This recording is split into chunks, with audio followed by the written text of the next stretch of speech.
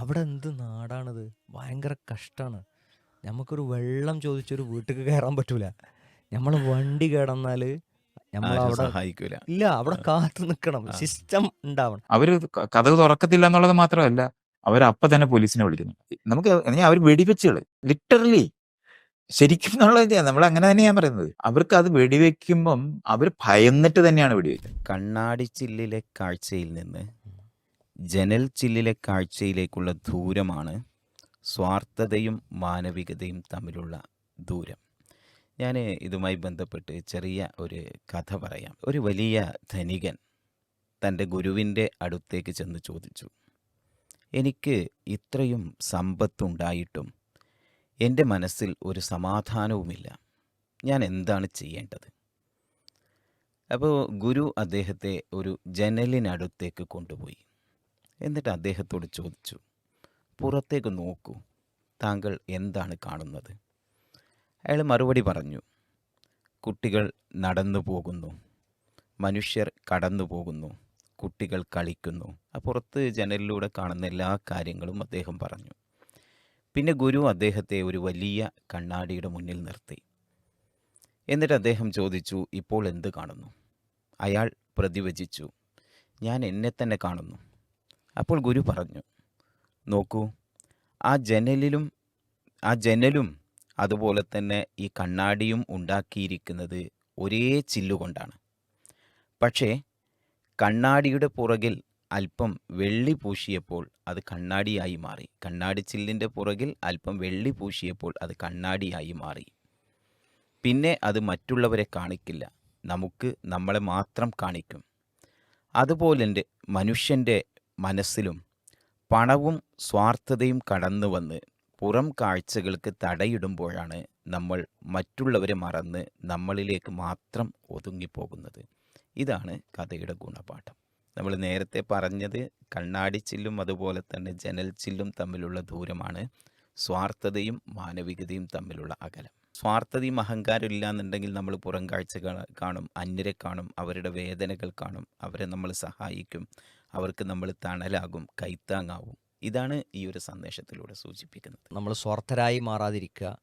നമ്മൾ അനുകമ്പയുള്ള, സഹാനുഭൂതിയുള്ള, സഹവർത്തിത്വമുള്ള നല്ല മനസ്സിൻ്റെ ഉടമകളായി മാറുക. ജീവിതത്തിൽ പലപ്പോഴും നമുക്ക് ഏറ്റവും കൂടുതൽ സന്തോഷം നൽകുന്നത് ഒരാളെ സഹായിക്കുക, ഒരാൾക്ക് സഹായത്തിന് കാരണമാകുക. നമ്മൾ കൊടുക്കുന്നൊരു ഉപദേശം കൊണ്ട് അല്ലെങ്കിൽ ഒരു നിർദ്ദേശം കൊണ്ട് അയാളുടെ ജീവിതത്തിൽ ഒരു പ്രശ്നം ഒഴിഞ്ഞു പോയി കഴിഞ്ഞാൽ നമുക്ക് സന്തോഷം വരുന്നുണ്ട് എങ്കിൽ തീർച്ചയായും നമ്മുടെ മനസ്സിൽ അഹങ്കാരമില്ല, സ്വാർത്ഥതയില്ല എന്നുള്ളത് നമുക്ക് ബോധ്യപ്പെടുത്താം. മറ്റുള്ളവർക്ക് ഒരു സൗകര്യം വരിക, ഒരു അനുഗ്രഹം ഉണ്ടാവുക, അതിൽ നമുക്ക് സന്തോഷിക്കാൻ കഴിയുകയാണെങ്കിൽ ഈ ദുർഗുണങ്ങൾ നമ്മളിൽ ഇല്ല എന്നുള്ളത് നമുക്ക് മനസ്സിലാക്കാം. വിശ്വാസിയെ സംബന്ധിച്ചിടത്തോളം സൽഗുണങ്ങൾ ജീവിതത്തിൽ ഉണ്ടാവുക എന്നുള്ളത് ആളുകൾ അവനെ ഇഷ്ടപ്പെടാൻ വേണ്ടിയല്ല അവനത് ചെയ്യണത്.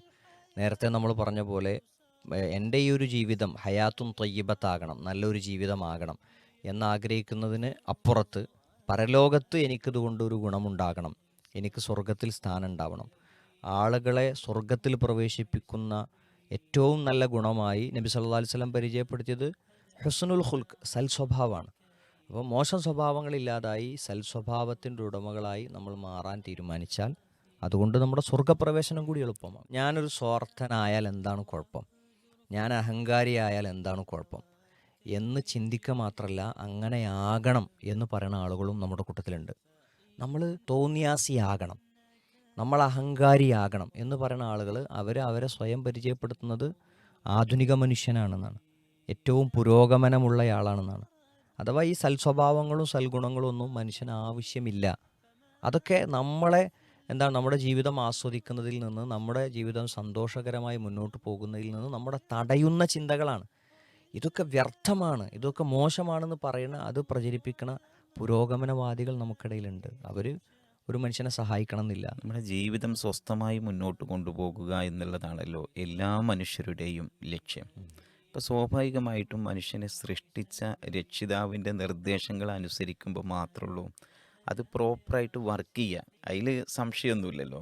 അപ്പോൾ ഇത്തരത്തിലുള്ള വിരുദ്ധ ചിന്തകൾ ഒരിക്കലും തന്നെ നമുക്ക് സന്തോഷമല്ല, അസമാധാനമാണ് പ്രദാനം ചെയ്യുന്നത്. അത് ഉറപ്പാണ്. കാരണം ഈ പറയുന്ന കാര്യങ്ങൾ അവർക്ക് തന്നെ ഉപദ്രവമായി വരുന്ന അവസ്ഥകൾ ഉണ്ടായിട്ടുണ്ട്. ഇപ്പോൾ മൈത്രേയൻ എന്ന് പറയുന്ന പുരോഗമനവാദിയാണ്, ഏറ്റവും ആധുനിക മനുഷ്യനാണ് എന്നൊക്കെ പറയുന്ന ആ മനുഷ്യൻ ഇവിടെ സിസ്റ്റങ്ങൾ മതി, ഇവിടെ എന്ത് ചെയ്യണ്ട, ആളുകൾ അങ്ങോട്ടും ഇങ്ങോട്ടും സഹായിക്കൊന്നും വേണ്ട, പാവപ്പെട്ട ആളുകൾക്ക് ഭക്ഷണം കൊടുക്കൊന്നും വേണ്ട, അയൽവാസിക്ക് തിന്നാൻ കൊടുക്കലൊന്നും നമ്മളെ കടമയല്ല.